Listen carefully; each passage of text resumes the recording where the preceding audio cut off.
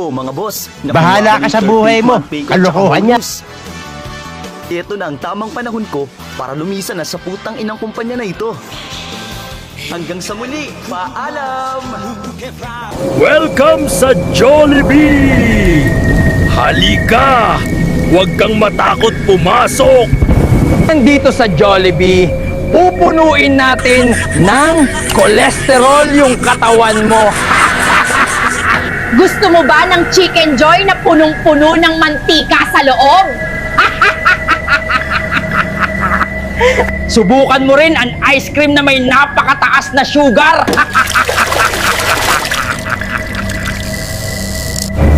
At ito naman yung napakatamis na spaghetti!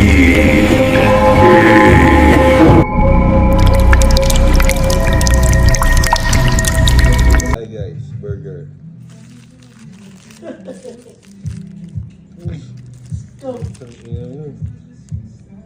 Kanin.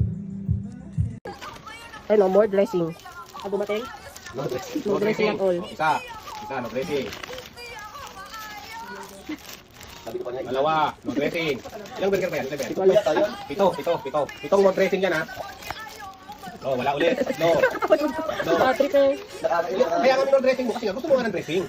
Tapos no dressing, ano yun? Para kang umorder sa kanila ng chicken joy na puro rice lang dumating. Walang chicken. Oh, yan. Yan na. Oh, anim. Ang layo-layo pa nila. Turuin mo, oh. Pasalubong. Ibig sabihin pasalubungan mo. Ano, lagyan na lang ng peanut butter. Si Alan Bebegis. Alam mo, peanut butter ang ilagay mo dyan. Oh, wala. Talaga wala. Ano, more dressing. More dressing. Oh. Ano, no choice ka naman dahil mura lang ako? Minsan ginagamit mo pa ako pantanggal hangover. 1 week lang naman ako bago matunaw. Ako to si Burger Patty. Busog ka naman galing labas, no? Patay gutom habang pinapahirapan ko puso mo, sabi mo okay ka pa.